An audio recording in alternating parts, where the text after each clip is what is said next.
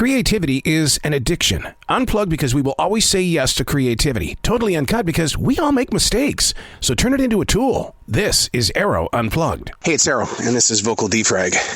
I vocal defrag while walking through this forest in South Charlotte, North Carolina. This forest is a major part of my mind, body, and soul. It called out to me. In 1992, when I arrived, I honestly felt like, oh my God, this is what I've always felt my entire life. I'm in that place that I call home. I'm in that moment where I'm about to receive. And so when you receive something, well, what are you going to do with it? You're going to hoard it? You're not going to share it with anybody? It's a little selfish, don't you think? Vocal defragging started happening in my life in November of 2017. I had to get it out. And the way to get it out is to be bloodthirsty honest. You gotta come clean, and you sit there and you ask the questions and you question the answers. I did that in a physical written journal. The vocal defragging part of it came out of it because people were asking me, how do you do this? Where do you find the courage, the confidence? Well, I'm not going to read from my personal journals because you would go, I don't get it. I don't get it. So we take this walk through this forest, and that's where vocal defragging comes from. Today, the subject is something that hit me while I was in my daily writing. The subject is we spend so much time in our past, but what we need to do is we need to turn that past into something that we have passed, P-A-S-S-E-D.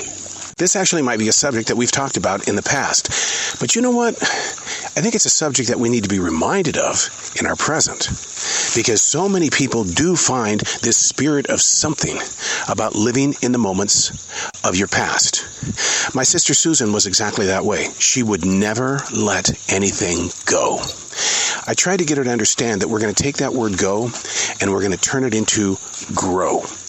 We're going to grow forward. We're going to grow away. We're going to pass our past. Because there's nothing you can do about a past that has already been written. You can rewrite it all you want. You can sit there and play around with it like an editor and sit there and say, nah, I want this scene. No, this is the way that it went. But what have you got at that point in time when you're sitting in front of somebody that lived it with you and their version of the story is much different? Because I've been a daily writer since July of 1994 and a poet for many, many years before that, people have always said, you know what you're doing? You're holding on to your past. You know, that's somebody who doesn't walk in my shoes. My answer back to them is, do you know what you're doing? You think you're interpreting my story. You think that me putting words on a page is living in my past. No, what it's doing, it's giving me an opportunity to put down the lessons that I've learned in my present so that when I get lost in the future, I can return to a moment like this and see how I worked my way through that particular storm. We all have storms. We all have those moments of doubt, fear, shame, guilt.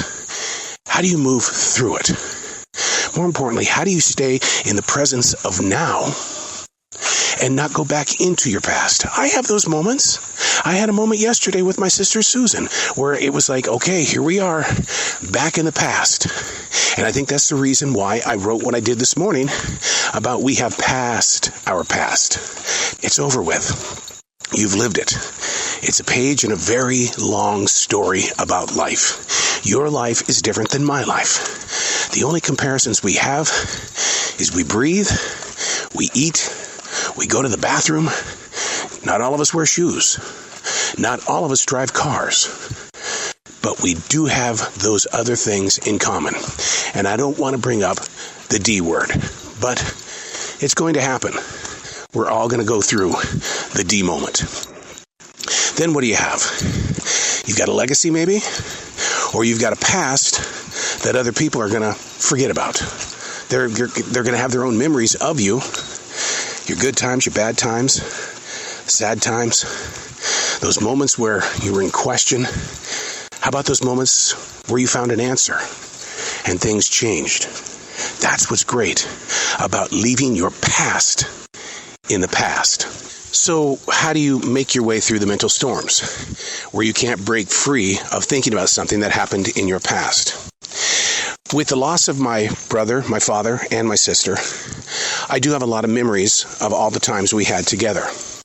I find myself in a moment of mindfulness while being grateful for the times that we did have. But I don't put a lot of thought into the moments where my father turned the car around and we all went back home because someone in my family did something they shouldn't have. What about all the stupid stunts that I did on the air? The things that I thought would be a funny joke, when in reality it was never a joke. It just made me look kind of stupid. Or at least that's the way I judge it today. It's like, dude, I would have tuned you out ages ago. I'm sure my 29 years of journal writing is blessed with the opportunity of getting a place to write about stupid stuff. While writing this morning, I wrote, the reason why I write in church is because while I'm receiving, I am releasing.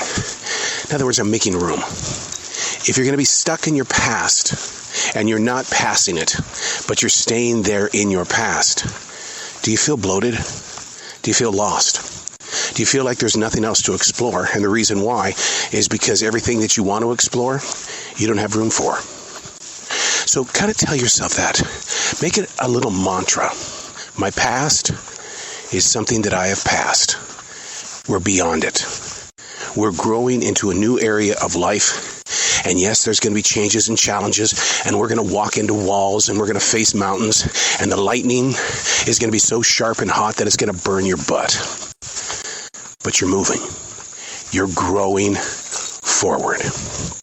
My past is something I've already passed. Grow forward. And you do that by asking questions. And then question the answers. Be honest with yourself. I mean, be bloodthirsty honest with yourself. Because if you can't, then you know what? You're going to rewrite the story. And you're going to fit it into a little box, make it look all nice and pretty. And you're going to say, this is the way that it was. And then someone's going to come by and say, wow, that's not the way it was. Let me tell you what I got out of the story. Been there? I have. Ask the questions, question the answers. I invite you to do the vocal defrag. And the reason why vocal over writing, because I want you to write as well. But the reason why is because the words on a page don't come with pitch, volume, and tone. It's not you. It is, but it isn't. Anybody can come by in your years after, and they're going to read it, and they're going to get their own side of the story. But if you vocalize it, oh my God, it's your voice. It's your passion, it's your drive, it's your worry, it's your stink. Yeah, your stink. Ask the questions, question the answers. I'm Arroe. That's Vocal Defrag.